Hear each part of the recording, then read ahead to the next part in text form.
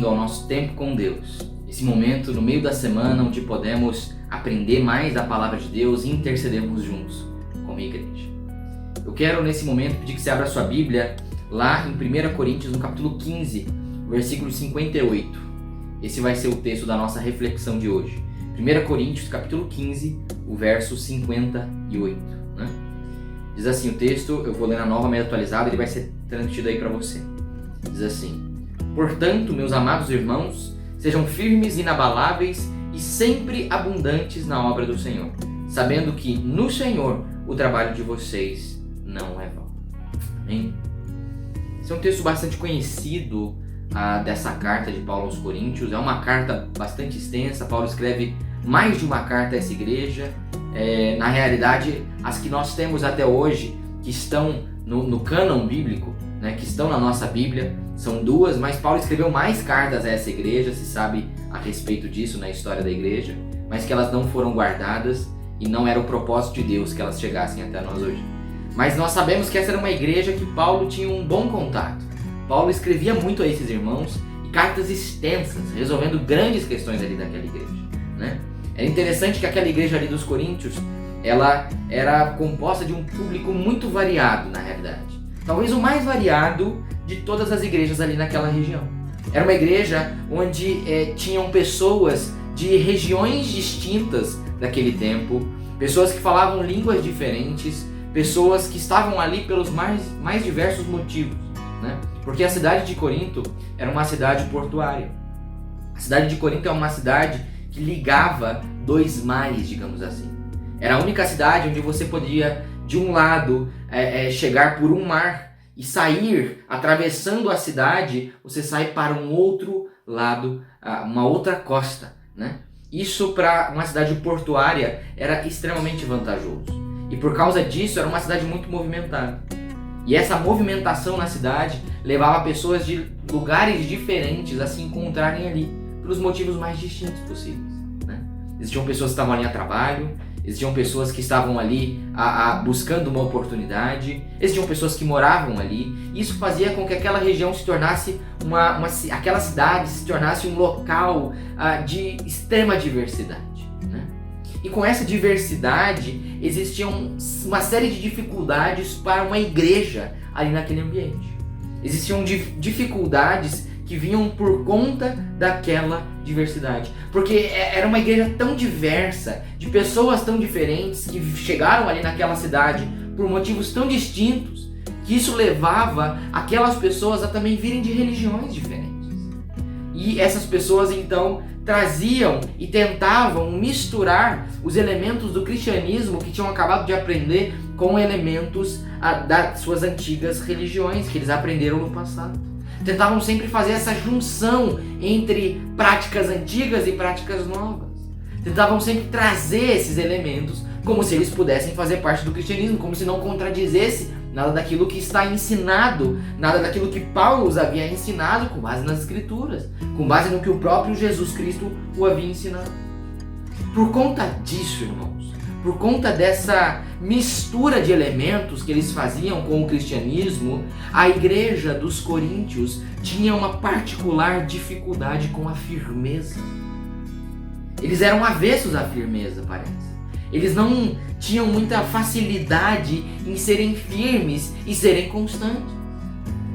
Por isso que Paulo os orienta nesse versículo. É exatamente isso que Paulo está ensinando nesse verso. Ele orienta aqueles irmãos que fossem firmes de maneira inabalável, tendo uma vida marcada por obras que glorificam ao Senhor. É isso que Paulo os desafia, é isso que Paulo os orienta. Que eles fossem firmes na vida que glorifica o Senhor. Mas uma firmeza inabalável, uma firmeza que é constante. A forma como Paulo encaixa isso em suas palavras indica que essa não era uma qualidade dos coríntios. Não era algo que eles deveriam simplesmente serem reforçados, mas algo que eles não faziam e precisavam fazer. Eles precisavam se tornar firmes de maneira inabalável na obra do Senhor, sempre abundantes na obra do Senhor. Que é isso que significa terem uma vida que é firme e inabalável, sempre marcada por obras que glorificam ao Senhor. E aí nós podemos nos perguntar, como obter essa firmeza? Como que Paulo ensina aqueles irmãos que tinham particular dificuldade com firmeza e constância? Como que Paulo ensina aqueles irmãos a terem essa firmeza? E da mesma forma, como nós podemos ter essa firmeza? Nós vivemos um tempo também de muita diversidade. Nós estamos todos conectados no mundo inteiro por uma rede. Isso gera tamanha diversidade. Nós sabemos tudo o que acontece no mundo inteiro diariamente. Existe muita diversidade hoje, existe muita informação hoje em dia. E nós precisamos ser desafiados à firmeza em meio a tudo isso. Assim como os coríntios estavam sendo desafiados. Nós precisamos ser firmes de maneira inabalável. E aí a pergunta é, como sermos firmes dessa forma? Como podemos obter essa firmeza inabalável que Paulo está ensinando aqui? Isso, irmãos, só pode ser obtido, esse tipo de firmeza só será alcançada mediante uma compreensão de que tudo aquilo que nós fazemos pelo Senhor, nada disso é vão. De que tudo aquilo que nós fazemos ou deixamos de fazer pelo Senhor, por essa causa de Jesus Cristo, tudo aquilo que nós empreitamos nosso esforço, ou então aquilo que nós deixamos de fazer por causa de Cristo, nada disso é vão. Tudo isso tem um grande propósito ao final de tudo. E o grande propósito disso tudo é a ressurreição. Se você olhar o capítulo 15 inteiro, é um capítulo bem longo, esse é o último versículo, é um capítulo então de 58 versículos. Mas se você olhar esse capítulo inteiro, você vai ver o que Paulo está falando, em suma, é a respeito de ressurreição, é a respeito da pureza do Evangelho. Paulo ele está ensinando sobre a importância da ressurreição e a correta compreensão da ressurreição. É por causa da ressurreição, da certeza de que, como Cristo ressuscitou, nós nele vamos ressuscitar um dia. É essa certeza que faz com que tenhamos essa compreensão de que no Senhor nosso trabalho não é vão. Não que de alguma forma nós vamos merecer ou nos tornamos merecedores de alguma maneira, mas sim por causa daquilo que Cristo fez, porque Ele ressuscitou. Nós um dia vamos ressuscitar. E isso faz com que nenhuma das dores que sofremos nessa vida, nenhuma das provações, ou nenhuma das coisas que temos que fazer ou que temos que abrir mão, nada disso é vão no Senhor. E que isso possa ser então motivação à nossa firmeza. Que possamos permanecer firmes, inabaláveis, na certeza de que um dia nós iremos ressuscitar para estarmos com Cristo. Não porque nós merecemos mediante as nossas obras, mas sim porque aquilo que Cristo fez é algo completo e está consumido. Amém? Vamos orar. Senhor nosso Deus, nosso Pai, muito obrigado, Deus, por mais um dia que o Senhor nos concede. E nós queremos mais uma vez te agradecer, ó Pai, pela Tua Palavra. Queremos te agradecer, ó Deus, porque a Tua Palavra ela é clara e viva e fala aos nossos corações diariamente. Queremos agradecer pelo alimento espiritual que temos na Escritura. Que o Senhor, ó Pai, esteja nos ajudando diariamente a crescermos e sermos edificados pela Sua Sagrada Escritura, Deus. Eu venho te pedir, ó Pai, que o Senhor nos ajude a sermos firmes e constantes no Senhor.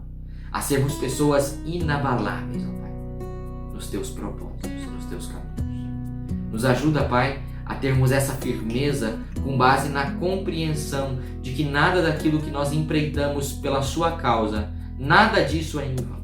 Tudo isso tem um grande propósito ao final. Nós pedimos, ó Pai, que o Senhor nos ajude a compreender isso e a compreender como isso está arraigado na ressurreição que nos é conferida pelo sacrifício do Senhor Jesus Cristo.